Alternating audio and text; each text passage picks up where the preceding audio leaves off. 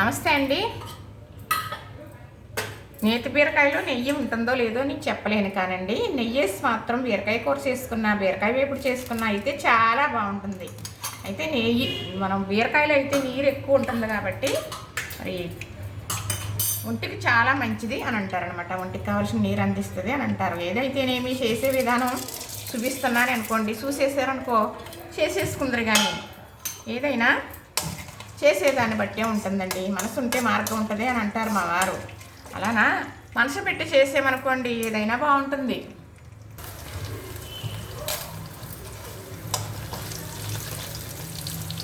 చేసే వంట ఏదైనప్పటికీ కూడా ఇలా అయితే బాగుంటుంది అనుకుని చేయాలి తప్ప ఎలాగైనా పర్వాలేదు అనుకుంటే అలానే ఉంటుందండి. చేసేదానికి మరి ఒక శ్రద్ధ ఉండాలి, ఒక బాధ్యత ఉండాలి, దాని మీద ఉండే ఒక మనస్సు ఉండాలన్నమాట. అప్పుడే రుచి ఉంటుంది కూర అని పెద్దవారు కూడా చెబుతారు. అది నిజమని నేను కూడా చెబుతానండి. చక్కగా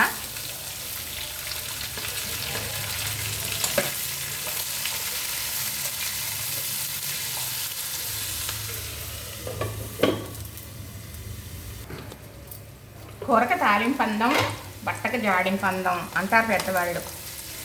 మరి అయితే నాకు బెండకాయలు తీసుకొచ్చేసారండి. బీరకాయలు అయితే 2 రోజుల నుంచి ఇంట్లోనే ఉన్నాయి. మరి చక్కగా ఎలాగో మనకు తెలిసిన వెరైటీలు ఇలా వండేసేమనుకోండి, మొన్న వండింది వేరు ఇది వేరు అనుకుని మనకి తినడానికి చాలా ఇష్టపడతామండి. ఒకేలాగైతే రొటీన్ అంటారు కదా, అందుకు ఇప్పుడైతే చక్కగా ఇలా చేసేస్తున్నానండి.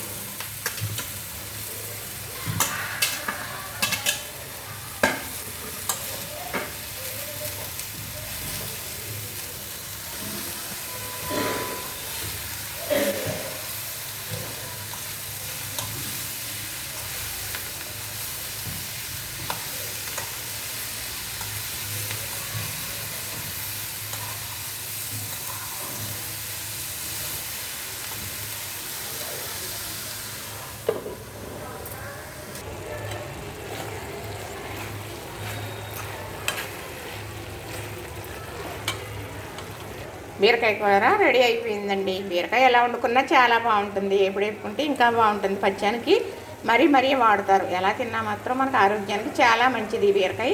వారానికి మరి 2-3 మాటలైనా తినవలసి ఉంటుంది. అలాంటప్పుడు ఇలా మార్చుకుని చేసుకున్నాం అనుకోండి, చక్కగా హ్యాపీగా తినేయచ్చు. చూసారా? నచ్చిందా? లైక్ చేయండి, షేర్ చేయండి, సబ్స్క్రైబ్ కూడా చేసేయండి.